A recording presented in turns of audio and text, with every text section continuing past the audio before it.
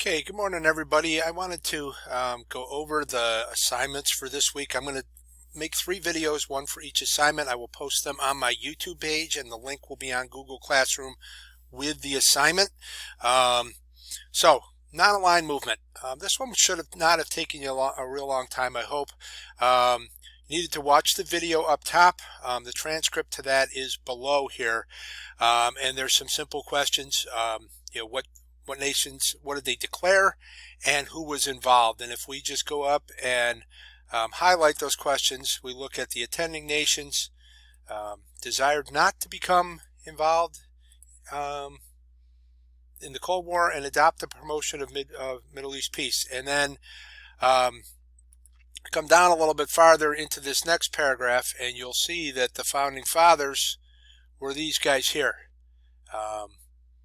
Nehru of India, Tito of Yugoslavia, Sukarno of Indonesia, and Nasser in Egypt, and Kwame Nkrumah in Ghana. So I only asked you for 4, but there's 5. Okay, a little farther down are some documents. The first one is from Jawaharlal Nehru. He is the first Prime Minister of India. He is a disciple of Gandhi. And in this document, he defines India's non-alignment. Okay, and here's what he has to say. He says, the preservation of peace forms the central aim of India's policy. So that's really what they're about. And that shouldn't come as any surprise from somebody who is a follower of Gandhi. Sorry about that. We'll get rid of that. Okay, and so the pursuit of this policy, they chose the path of non-alignment in any military-like pact of alliance. And he doesn't mean that they're really passive or they're not afraid of act or lack of addition, is that they don't feel that they need to get involved in all these wars. So that's really what he gets into. He says it's a positive, dynamic approach to such problems that confront us. We believe that each country has not only the right to freedom, but also to decide its own policy and way of life. Only thus can true freedom flourish and people who grow according to their genius. We believe, therefore, in non-aggression, non-interference of one country in the affairs of another, and the growth of tolerance between them, and the capacity of peaceful coexistence. We think that by the free exchange of ideas and trade and other contacts between nations, each will learn from the other, and truth will prevail.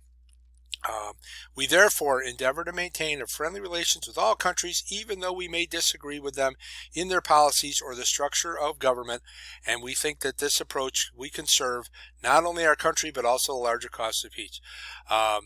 So he defines it as really the choice not to choose war. Why did they choose it as a foreign policy during the Cold War?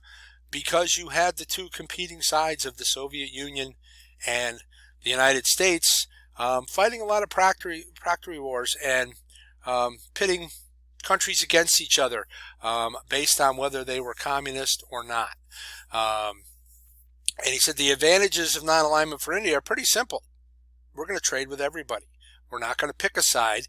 And his thought that this would benefit India because they would be able to work with both sides.